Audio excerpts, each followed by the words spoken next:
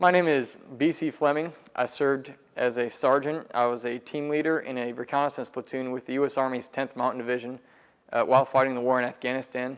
I joined the Army when I was 18 years old. I'd actually planned on going to college and becoming a doctor, a surgeon more particularly.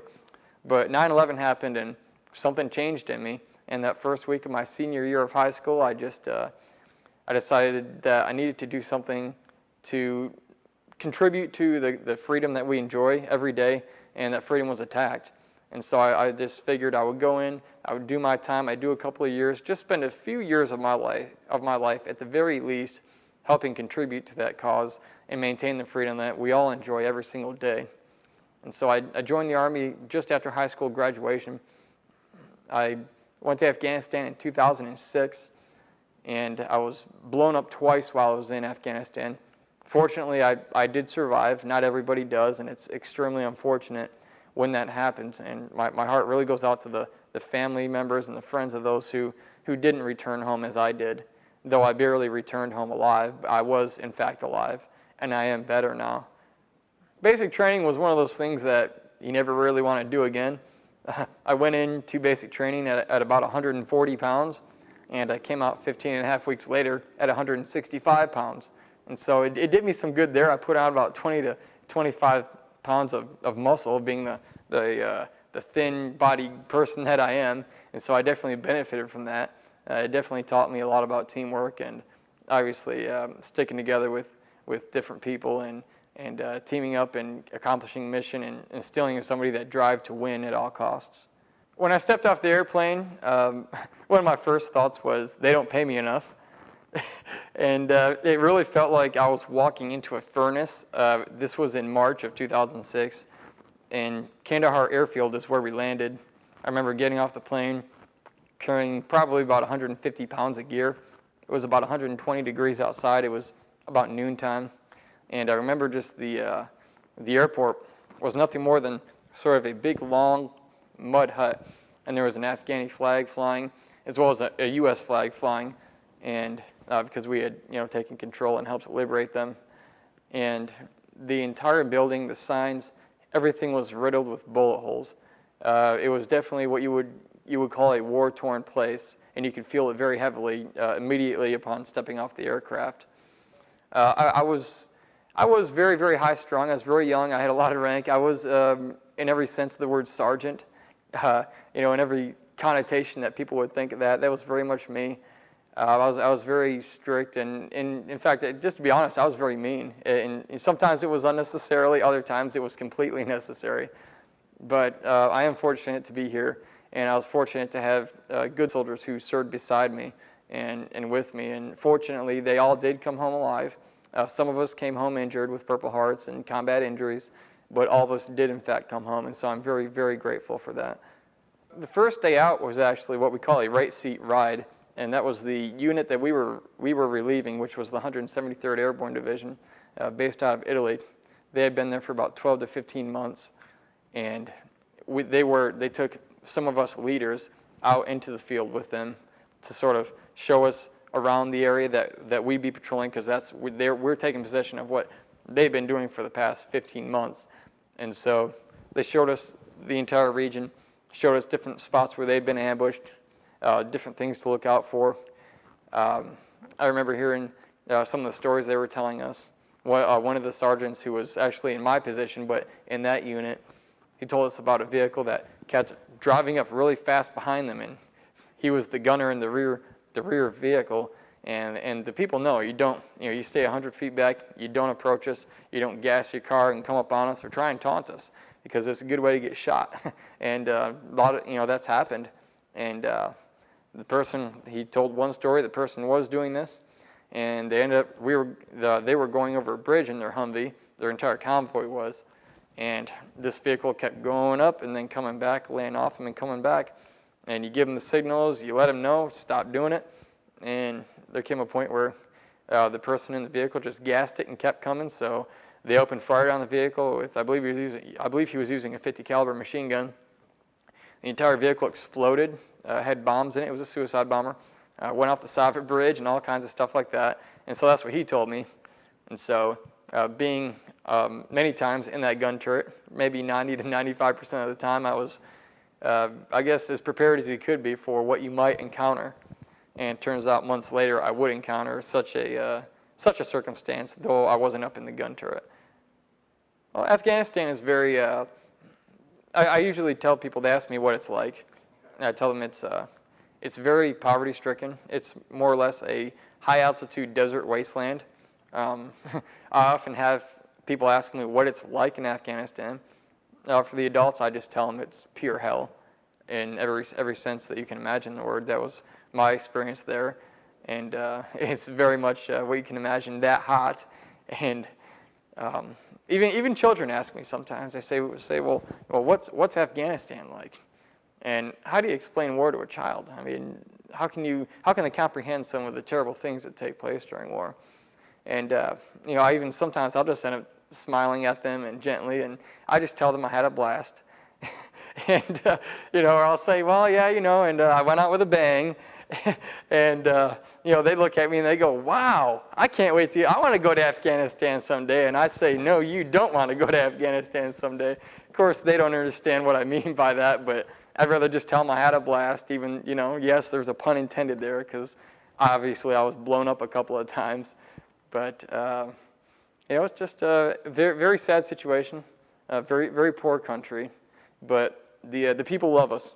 They really do. Obviously, there are times when civilians get caught in the crossfire. That's the collateral damage you hear about in war, and it's extremely unfortunate. But we do what we have to do to get the bad guys, and the people there are definitely thankful and grateful for us. And you just look at the economic conditions and the opinion of the U.S. there by the people. Not always what you might hear about in the media, but through my personal experience, the people love us and they're grateful that we drove out much of the Taliban rule there that was oppressing them, and that they have rights now, and they're able to live in less fear than they've pretty much ever known. From the time of the Russians up until 9/11, they were oppressed by either one people or another, or just the different gangs and warlords, or the Taliban, or like I said, the Russians, years back. But now there's a lot more freedom there, and they realize that we're not trying to conquer their homeland. We went there and we liberated, and we helped them. And so it was always great seeing the children, being able to play with them, giving them candy. They'd never seen M&Ms, and so you give them some of those, and they don't know what to think of it. And they see you eat one, and they think it's all right, and they understand that, okay, this is, and then after you give them one, they want every bag of it you got, and obviously they melt in 120, 130 degree heat anyway, so sometimes they're not any good to begin with. But it was a very tragic experience, very, very painful and testing experience, physically, mentally, emotionally in many cases. But, I'm glad I went. I'm glad I had the opportunity to do what I did, and I wouldn't go back and change anything, even if I had the chance, even the times that nearly killed me. There was one particular time that that I recall offhand that was quite significant concerning civilians while we were there. And basically what happened was, our primary job, our mission was reconnaissance, going out and surveying and identifying enemy positions, which sometimes we get sent out, and our mission would be to identify what they call identify enemy presence. Well, you go out and you either get shot at or blown up, and you call back and you say, hey, yep, we got enemy here. That's sort of how you know they're there. And yes, the villagers, a lot of times there would be Taliban present or that were previously present, and they knew that we were coming. And they would tell the people not to accept anything from us or to tell us anything, or they would pay dearly for doing so once we left. And one particular time, we were sent out with a bunch of school supplies and rice and beans and water, all sorts of humanitarian aid. And we came upon this one village in southeastern Afghanistan, and we tried to give all this stuff to the people, and they had nothing there. You look at the place and they had nothing. These people would take anything they can get. But when we came in, the village elders came out, and we offered it to them. They simply refused it. They just said, no, we don't want anything, please leave. And we thought that was somewhat peculiar given the circumstances, and they ended up not taking any of it. They said, we don't want any, we don't want anything, we just, if you would leave, we'd appreciate it. And it wasn't any sort of unwelcoming or hostile threat from them. But after we left, we learned that Taliban had been in that village, like I had said happens sometimes. And they knew that we were coming, and they told the village, they said, if you accept any help or give any advice to these Americans, when the Americans leave, we're going to come back and we're going to kill your family, we're going to burn your village, and all this terrible stuff. And so the people, they're just farmers. They just wanted to live. They just wanted to survive. They didn't want any trouble from either side. And though they wanted what we had and we were trying to offer them, they knew that once we left, they were going to have to deal with the Taliban. Because one thing the Taliban became notorious for telling people, and this is something you often hear if you've been in Afghanistan, they'll tell the civilians there, the villagers and the Afghans, they'll tell them, the Americans have the clock, but we have the time. And basically what that means is the Americans are here now, but the Americans aren't going to be here forever. And if you go against us and you help the Americans, then when they eventually leave, we will still be here and you'll pay for it. And that's one of the main tactics that you'll see that radical Islam, these terrorists, that they use. And one of the biggest tools they use against people is fear. Fear that if they don't do what they're told, then they're going to come in there and start chopping heads off and burning people alive and all this terrible stuff that they are guilty of. And so they keep people under their thumb of oppression by trying to strike fear into them. And many of these places don't care. And they'll rise up any chance they get because they don't want to be pushed around. And in many cases they're successful, and other times they're not. And so it's very unfortunate. And, I don't associate everybody who may share a similar faith from that region of Islam. I don't equate them with terrorists, obviously. I don't believe everybody is so radical as some of them are. It's kind of a dangerous, and it's kind of sad to think that could happen, but it's happened in various belief systems throughout history, and so I don't, like I said, by any means accuse anybody of being affiliated with anything based upon a similar belief they may have, and I hope America understands that and is clear with that just as much as I am. But very unfortunate that there is a network of radical extremists out there who believe that their mission from God is to oppress people and either convert them to their own belief or to kill them if they refuse. To me, that's completely unacceptable. And many brothers and sisters of ours have died fighting that terrible cause that those people stand for. The first time I was blown up was just after a month after we arrived in Afghanistan. It was April 18th of 2006, and we had been on this mission for about 4 or 5 days at this point, and we had just turned around. We had set up a patrol base, which is just where up on a hilltop. The night prior, that's where we sort of formed up our vehicles around on the hilltop, and we stayed there for the night. That's called a patrol base. And the next morning, about 7 o'clock, we came down from that. We were driving along the one dirt road that pretty much was the only way in and the only way out. And we knew this, and so did the enemy. Obviously, they were well aware of it. And normally we would drive off the road because obviously when you're on the beaten path that's already been paved for you, that's the easiest way to travel. But at the same time, it can be the most dangerous way to travel because the enemy knows that if some American gets lazy, they're going to drive on the road, so they just plant a bomb on the road. So many times we drive off-road. At this time, we had mountains that were, it was very rugged terrain, mountains, going 75, 80 degrees upward. There wasn't a whole lot of extra room to drive. You can't just drive on the side of one of those mountains in some of the more extreme cases. And so we had to drive on this road. And I was in the back seat in the lead vehicle of this convoy, which we had about 5 or 6 gun trucks with us at this point. And we had gone over a hill, we came down the hill, and where the hill began flattening out to go straight again, right there is where the enemy had planted a double stack of anti-tank mines that were buried in the road. And our vehicle ran it over. The back tire on the passenger side ran over the bomb. It blew up our vehicle. The vehicle was about 10 to 15,000 pounds, somewhere in that weight range, completely made of armor plating and bulletproof glass for windows, about 2 to 3 inches probably of bulletproof glass for windows, which ended up saving our lives, but at the same time we still took a hit because this explosive threw this huge vehicle, this heavy vehicle, about 10 feet to the side of the road, and it caught on fire almost immediately. We had checked with our other guys after it blew up, and we were sitting there. I was a team leader. Myself and the squad leader were asking the other guys, "Is everybody okay? Is everything fine?" And it appeared as if everyone was fine. So we ended up getting out of the vehicle, and as I exited the vehicle, my back door on the driver's side, I heard somebody gasping for air, and they were yelling something about help or I'm on fire, something to that extent. And the guy across from me in the other back seat had been knocked about half conscious by the blast. He had the wind knocked out of him because the explosive had actually gone off right underneath his seat, underneath that tire, which is where his seat is located. And so after I was out of the vehicle, I didn't find myself harmed in any way physically. And so I ran around the back of the vehicle. I opened his door, and fortunately it opened because the front passenger door did not open, which is where my squad leader was seated. And so this guy was half conscious, and I knew something was wrong because he really wasn't moving.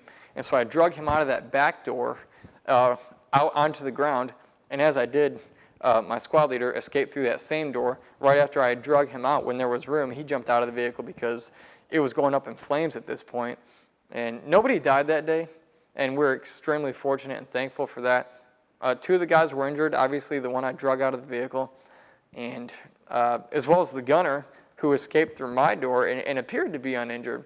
But it turns out, he later told me that when the vehicle exploded, he had been boosted up and out of the gun turret on top and fell, I don't know how high he went, but he got boosted up and then slammed back down inside the vehicle. And he had some leg injuries, some bruises. He was, like I said, nothing real severe, thankfully. And both he and the other guy both returned to duty a month later. So nobody was killed. We had some mild injuries, nothing too serious, it turned out to be. And it took about an hour, a little more than an hour for the Black Hawk helicopter, the medevac helicopter, to get to our location because we were so high up and so far up in the mountains there in southeastern Afghanistan. We weren't anywhere near anything. We had probably maybe 20 guys in the convoy total, I'm guessing, and no reinforcements for hours. I mean, it would have taken them hours to drive out there. In fact, after the vehicle was done burning down, we had to wait about a day and a half for another helicopter to come out, hook up the wreckage to it, and to take the wreckage away, because we don't leave anything out in the field for the enemy. If anything gets left, we blow it up, we destroy it so they can't use it against us. And so after that, we had them medevaced, and we returned back to our forward operating base about 2 days later after the explosion. It took us about 2 days to get back, and sort of what I would usually call a strange coincidence took place. Though at this point, through my experience, sometimes it's a little difficult to believe that things happen by accident.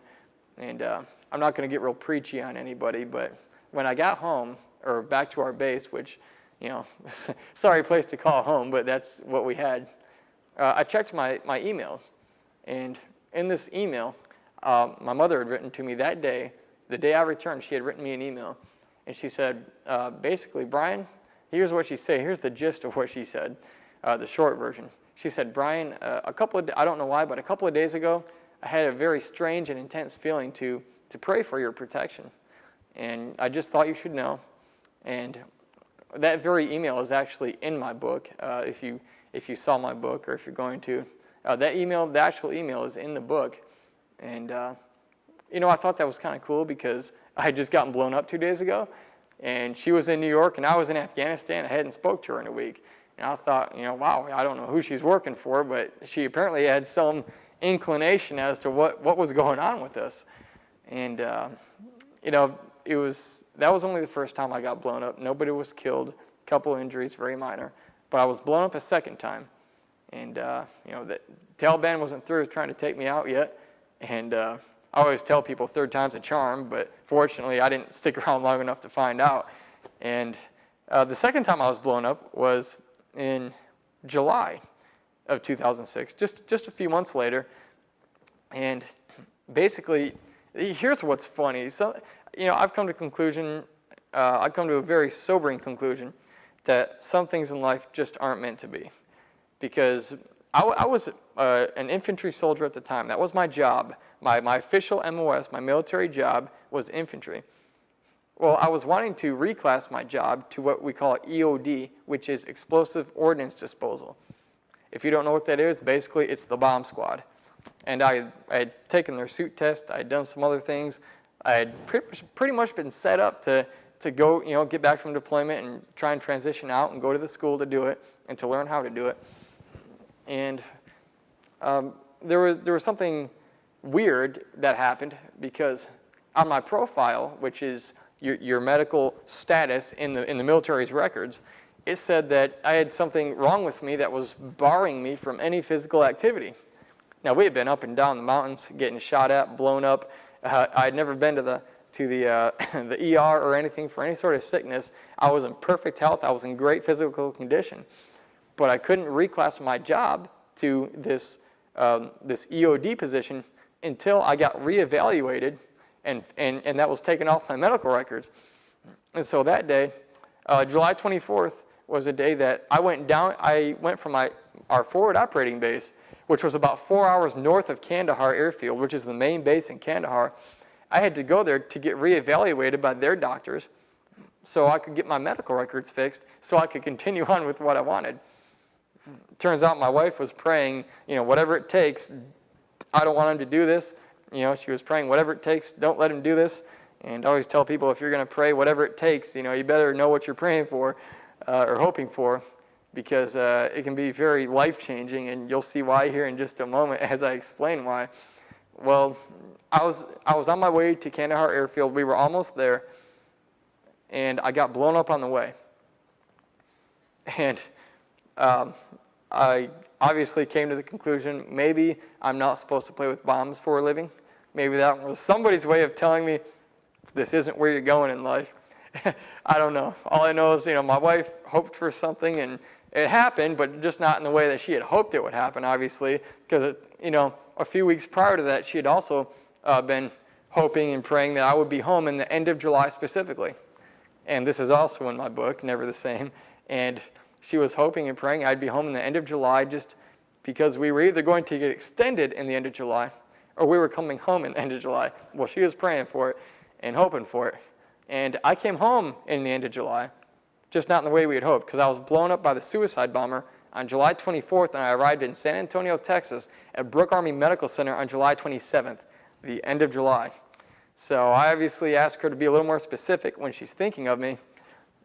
But nonetheless, I came home, barely, but I came home. And here's what happened in that situation.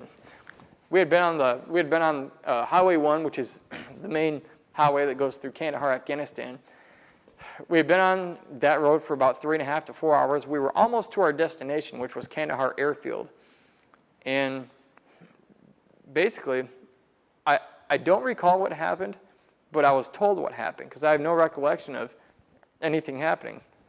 But what happened was, I was in the front passenger seat of the lead vehicle in the convoy. I was the truck commander, and we had a white minivan, as my driver told me later, who fortunately for me was a medic, so I got lucky there. He told me there was a white minivan that got in front of us and slowed down. We were doing probably 40 or 50, and the minivan started doing 15 or 20. So what do you do when a car gets in front of you on a 2-lane highway and slows down? You pass them on the left, don't you?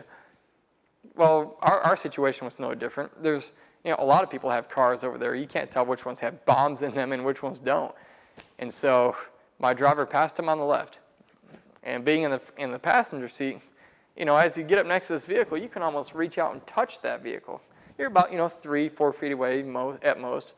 Well, we get right up next to this vehicle as we're passing him on the left. And as we got right up next to him, the entire minivan exploded. And the suicide bomber, he was driving that vehicle. He blew himself and his van into about 10,000 pieces that day. I don't recall an explosion. I don't recall any fire.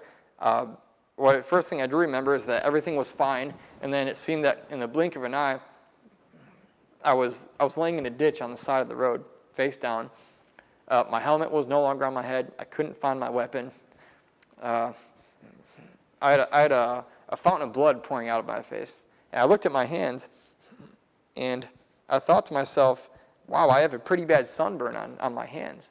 And it turned out my hands were both full thickness 3rd-degree burns, and very painful. My entire face and neck were full face 2nd-degree burns with a little bit of 3rd on the back. And fortunately, it's healed, so you really can't tell I was burned, but I had a full face 2nd-degree burn. Just to put in perspective how bad the burn actually was and how badly I was actually injured, because you may be asking yourself, like I said, how badly was he really injured? Well, you'll see the pictures, and when you do, you'll realize how bad it actually was.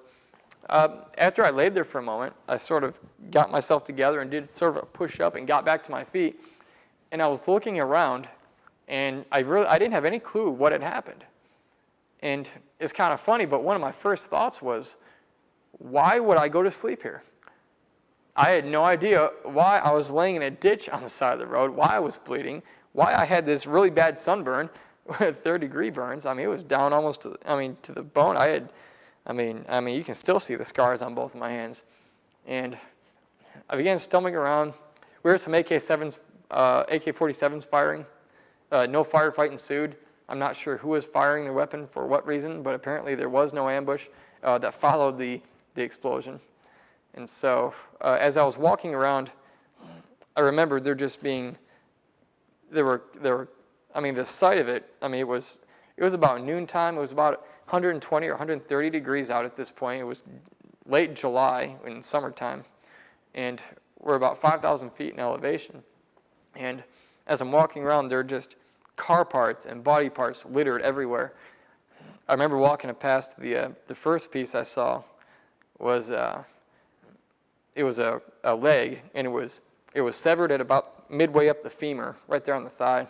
It was completely blasted in half. The burned and charred skin was peeled down the side of it like a banana, like when you peel a banana. It was just hanging off it. And it sort of, I guess, kind of startled me at first. Not too much, not because it was a leg laying there, but in my own mind, I thought, oh my gosh, that's my leg. It turned out it wasn't my leg. Obviously, I was walking around, but I wasn't exactly what you'd call coherent. At that point, I was still trying to figure out what happened. And my gunner, my gunner was laying on the ground, bleeding out. He had some medics that were attending to him. He was a 19-year-old kid, completely peppered with shrapnel to the right side of his face and his body. He ended up losing 100% vision in his right eye. All of his vision, he's now blind in his right eye. Extremely unfortunate, but he is alive and he is moving forward again in life. And I remember my driver, who was a medic, he pulled me down next to the vehicle after he got the fire out and began wrapping my hands up. And they cut my top off me, my T-shirt, my camouflage top, because my face and neck were burned. They didn't want to pull it up over me. Turns out I had about $300 cash in my pocket, as well as my $400 iPod that I never saw again.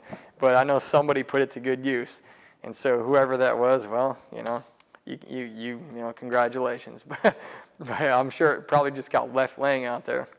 And so about 25 minutes later, I heard a helicopter coming, and it seemed like an eternity sitting out there. I was angry. I was in pain. I was all sorts of emotions wrapped up into one. Because I was just in so much pain. For about the first 10 minutes, I couldn't even feel the burns. I didn't have any pain. What I experienced was not pain. My body was just sort of numb. But after the adrenaline died down, after about 5 to 10 minutes, being at 5,000 feet in elevation, approximately, and then having that 120, 130 degree heat beating down on my open, burned skin, the pain became excruciating at this point. And just a few minutes later, about 25 minutes later, a half hour later, the Black Hawk helicopter, which was our medevac helicopter, came in and landed. Now, normally you take a particular posture, you get in a certain formation to get ready for, right there around the landing zone, what we call the LZ, for when the helicopter comes down in order to board the helicopter. You take a knee, you look away, and you do the formation. Well, one of the guys had my arm around his shoulder. He was going to help me to the helicopter. And the helicopter gets about 25 or 30 feet off the ground as he's coming down. And I'm just standing there looking at it. And I know better than to do that. Well, the rotor wash, which is the wind that the propellers create, is probably safe to say at least 100 miles an hour blowing. And anything that's not anchored to the ground sort of comes up. Any foreign objects or debris, foreign objects and debris gets lifted off the ground and thrown. Well, this is out in Kandahar, Afghanistan. It's pretty sandy out there. So I'm standing there with my face burned off in my hands. And as this thing's coming down, I'm just looking at it, and whoosh, I got a face full of sand. I got sandblasted in my burned off face. And it was terrible. It felt like 1,000 knives stabbing into my flesh, my burned off flesh. You ever had one of those days when nothing goes right? I mean, I'd already been blown up, and now I got sandblasted. It was just one of those days I woke up and had a bad year. And so the helicopter comes down, and he lands, and I walk over to the helicopter, and I get on. My buddy's boarded on the helicopter. He's on a stretcher, and we get taken to Kandahar. And we get in there. The medics, they take the remains of my boots and my pants and my clothes, and they cut all of them off me, and they all stand around and they look at you. Now, they don't do that to make you uncomfortable, but they do that so to see if you're bleeding out anywhere else, to see if you're injured somewhere else, to make sure they can stop the hemorrhaging or bleeding if you're injured elsewhere. Well, I wasn't, and they put me on a gurney, and they put a sheet over me and put me in the other room and told me they'd be with me shortly. I remember laying there in that moment just in this intense and excruciating pain. They just scraped me off the side of the road, burned and bloody and sandy and charred black on many parts of my face and my hands. And I didn't hear any sort of audible voice or anything like that. It wasn't that. But I felt a feeling, sort of that gut feeling you get, that still small voice. I had this gut feeling, and pretty much what I felt it telling me was, Brian, life will never be the same. And I didn't know what that meant. I mean, at that point, I thought I was probably going to die. And fortunately, I didn't. Fortunately, actually, that never the same has actually gone 180 degrees in the other direction. I thought it was going to be bad. Well, it turns out I've seen so much good come from it that I sort of understand it now. But, it was kind of weird how that happened. And in times like that, when you think you're going to die, you ask a lot of questions about life. And some of the big questions that I did ask were questions like, did my life matter? What did I actually do with my life that mattered? Like, what would I be remembered for? Like, what did I do that actually mattered? And why didn't I treat people better? And for some reason, it was those sort of questions that came to me. And I didn't have an answer for any of them. And that terrified me. Because pretty much what that told me is that my life was worthless. My life, I hadn't accomplished anything great. I hadn't done anything for anybody else. And that's the thing. We don't think about this kind of stuff until we think it's almost over. And one of the biggest things I realized is that I hadn't done anything for anybody.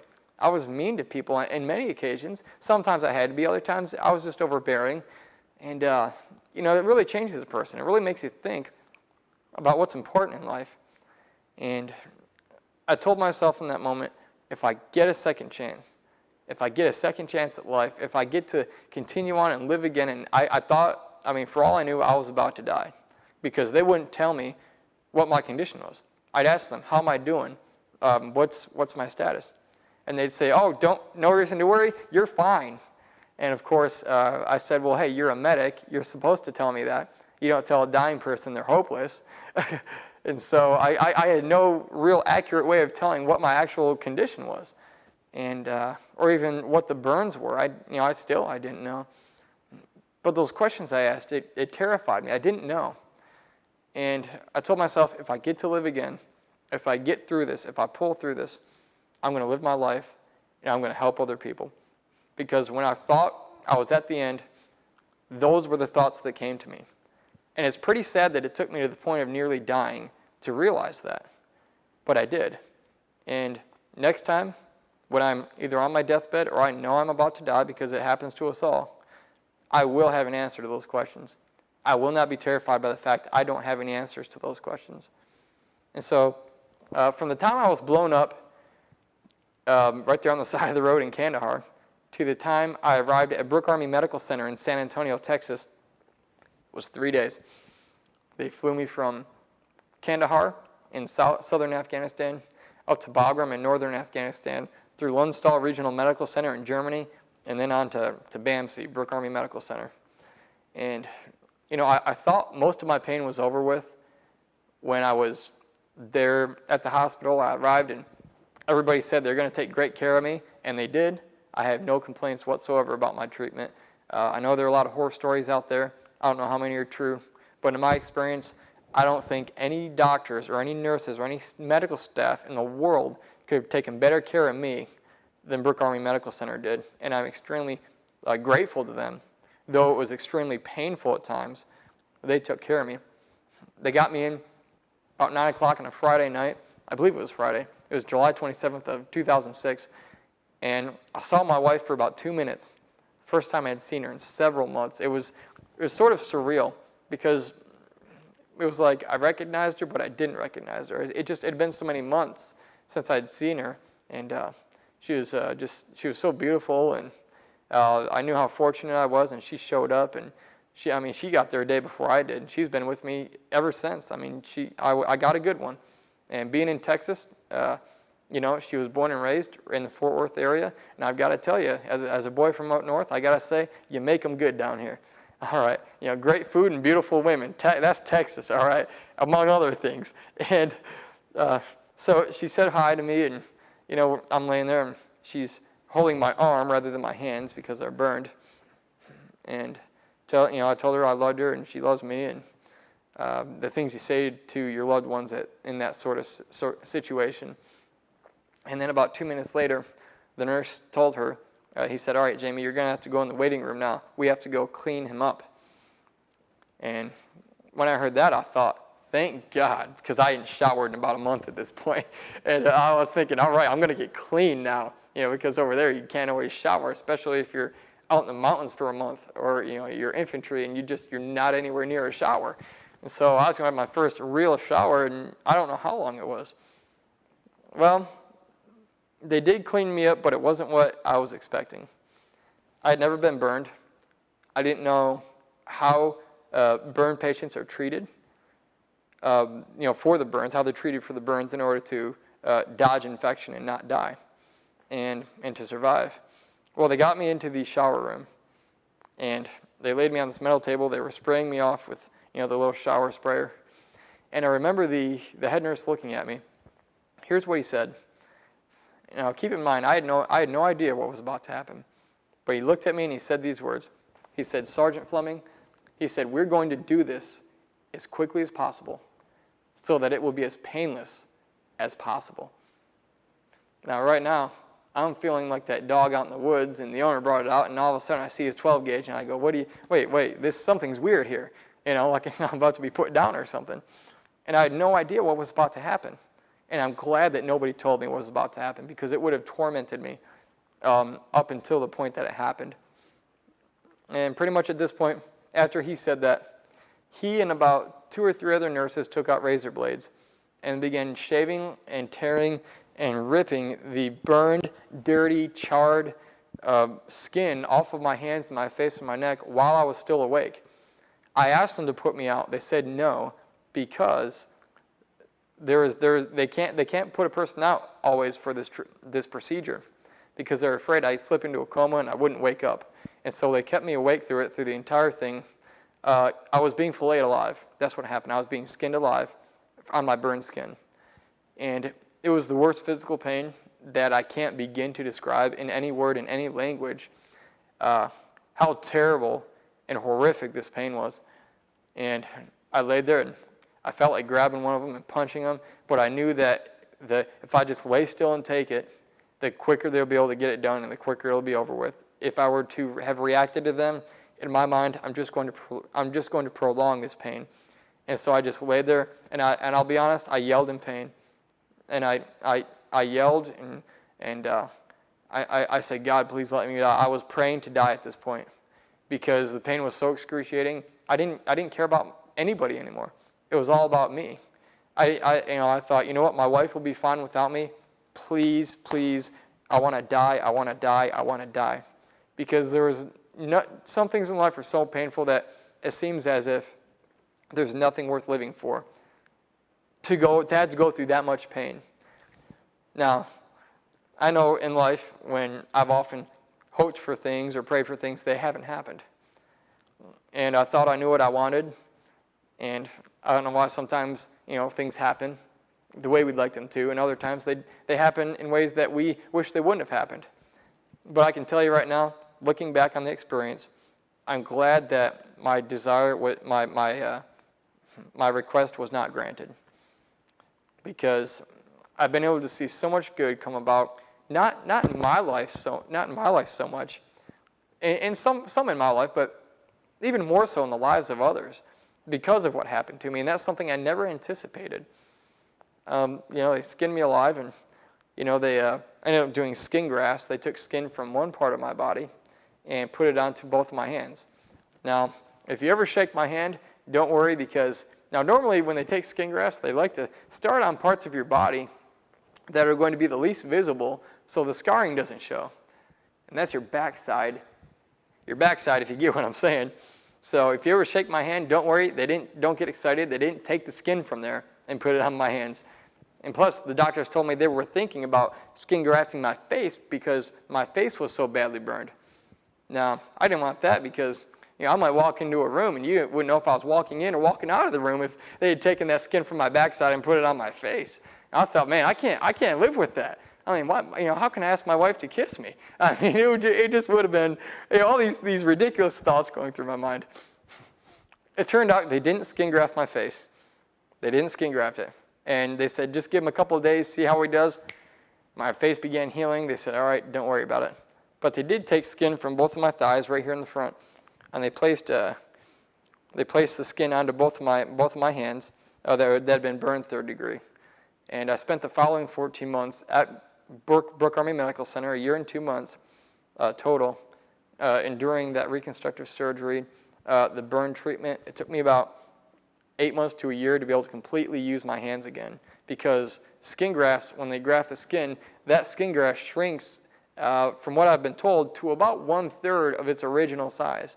And when it's over the joints and the knuckles on your fingers and on your hand, I mean, I couldn't make I couldn't do more than this. I couldn't even make a fist for several months.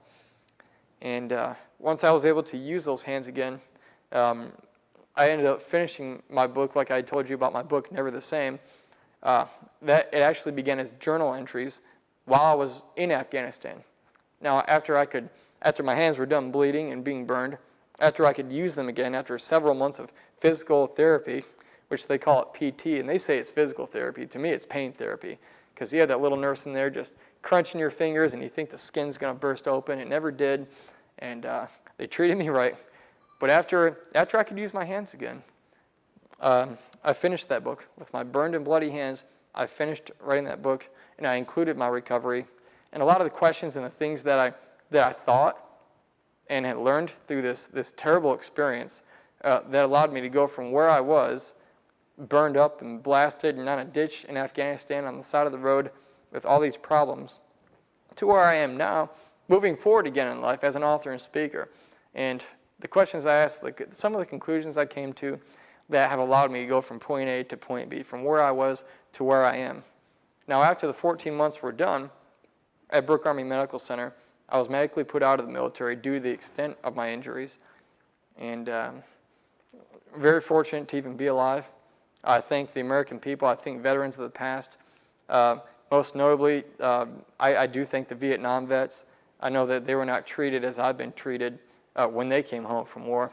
And if you're a Vietnam vet and you're watching this right now, I just want to say welcome home. And I mean that sincerely, because I realize you had stuff thrown at you, you were cursed out, you called all kinds of names, terrible things that never should have happened. Well, that's not happening to me. That has never happened to me. And it hasn't happened to anybody in my generation during our war. And I believe it was because of what America learned when they treated you so badly, but also the stand that Vietnam vets in particular have taken to ensure that that never happens, not in their lifetime, that never happens to any soldier ever again.